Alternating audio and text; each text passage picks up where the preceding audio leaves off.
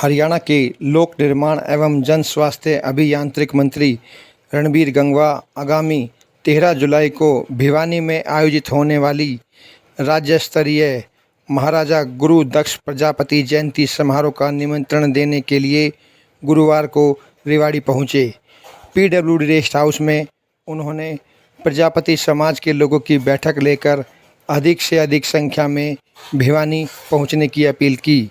प्रजापति समाज के लोगों ने भी भारी संख्या में भिवानी पहुंचने का भरोसा दिलाया तथा समाज की अनेकों मांगें भी मंत्री के समक्ष रखी।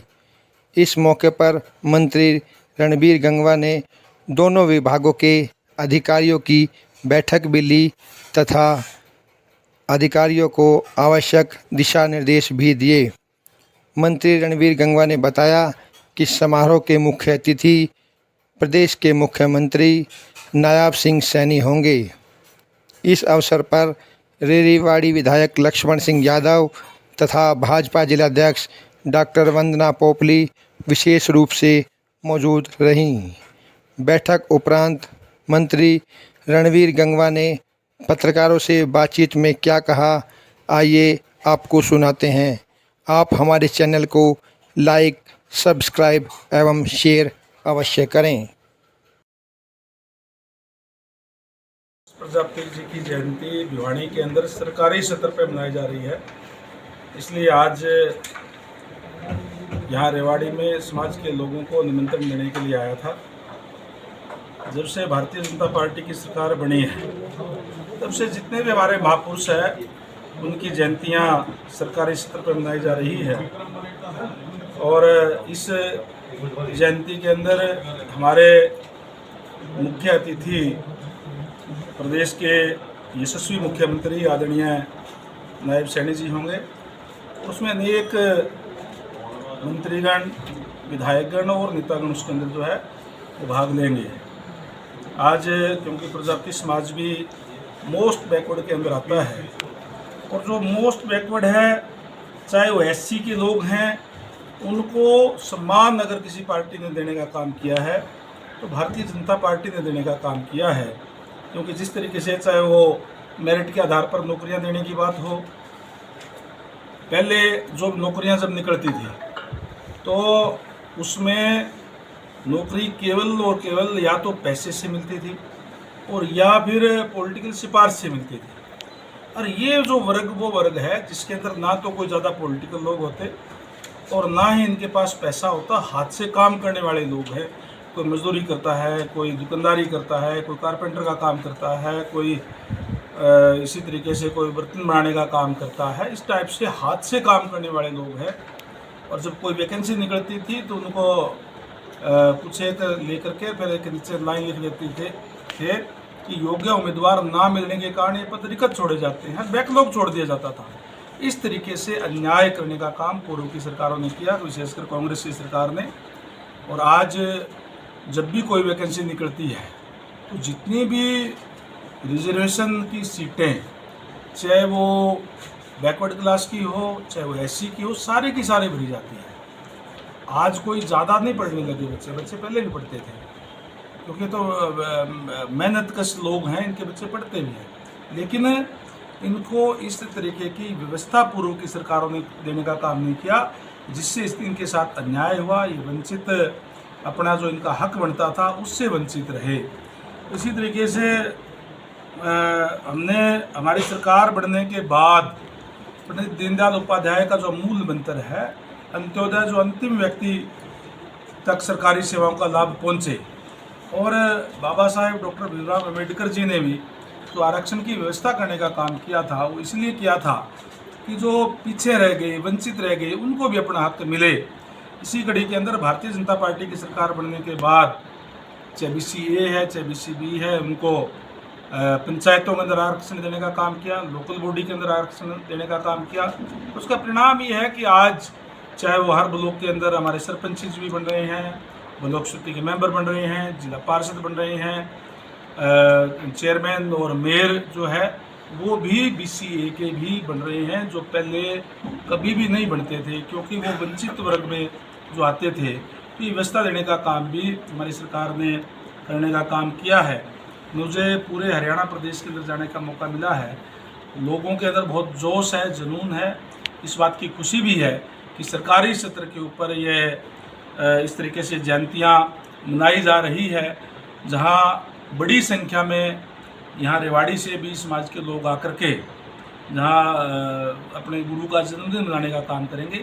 वहीं माननीय मुख्यमंत्री महोदय का इस बात के लिए धन्यवाद भी करेंगे कि उन्होंने सरकारी सत्र पर ये जयंतियाँ मनाने का काम जो है वो किया है। और पहले की जो सरकारें हैं केवल अपने कोई खुद के परिवार के लोगों की तो बेशक है, लेकिन इस तरीके से अलग अलग जो जितने भी हमारे महापुरुषों हैं उनकी जयंतियाँ कभी भी इस तरीके से नहीं मनाई गई। इसके साथ साथ आज हमारे पीडब्ल्यूडी और पब्लिक हेल्थ जो 2 डिपार्टमेंट मेरे पास है, उन दोनों की भी मीटिंग भी लेने के लिए साथ में मैं आया हूँ। यहाँ पे हमारे जो जिला स्तर के सारे अधिकारी भी बुलाए हुए हैं, उनके रिव्यू करने के लिए भी और ज़रूरी दिशा निर्देश देने के लिए आज विशेष तौर से मैं यहाँ रेवाड़ी पहुँचा हूँ। गंगवा साहब, क्वेश्चन कर ले आपकी बात को। हाँ बिल्कुल। जब महाराजा दक्ष प्रजापति की बात आती है तो रणबीर गंगवा आगे आते हैं। और ये बात आपकी ठीक है कि जो जितने भी हमारे महापुरुषों हैं, चाहे कोई संत महात्मा है, वो सभी वर्गों के लिए मार्गदर्शन देने के लिए, शिक्षा देने के लिए आते हैं। और भारतीय जनता पार्टी इसीलिए बनाने का काम करती है कि उनकी शिक्षा लेकर के अपने जीवन को भी सफल बनाने का काम करें जो लोग हैं, और इस प्रदेश को भी, देश को भी आगे बढ़ाने का काम करें। बिल्कुल ठीक बात है किसी भी जाति, लेकिन क्योंकि बात तो सुनिए, क्योंकि कोई भी जो महापुरुष है, चाहे वो किसी न किसी जाति से होता है, तो स्वाभाविक है कि जो उनको जाति के लोग उनको अपना वंशज मानते हैं। एक वंशज के तौर पर वो आगे आकर के बनाने का काम करते हैं, लेकिन उसके अंदर जाते सारे हैं, सारे के सारे जितने भी जो है हमारे, कोई उसमें यूँ नहीं कि केवल कोई उसी बिरादरी का जाएगा जी। लेकिन अगर कोई भी आज कोई किसी समाज की धर्मशाला बनी है तो उसका चौकीदारा तो उसके समाज के लोग ही करेंगे ना जी। अगर, लेकिन वो इसलिए वो यूँ नहीं, आज यादव धर्मशाला है, मान लो आज यादव धर्मशाला है, किसी ने बुक करवा ली, मैंने बुक करवा ली, और उसके बाद में लक्ष्मण यादव जी जाए कि मेरे बेटे का पोते की सगाई है, इनको थोड़ी मिल जाएगी वो, जैसे कि यादव है, क्योंकि मैंने बुक करा ली पहले। होती सब की है, साझी चीजें हैं इसी तरीके से। लेकिन जो उसकी जो कमेटी है, उसकी जो कमेटी है तो उसी वर्ग के लोगों की बनेगी ना। अच्छा, एक गंभीर सवाल कांग्रेस की तरफ से बार बार आता है, हमारी तरफ से भी है, अकेले कांग्रेस की तरफ से नहीं।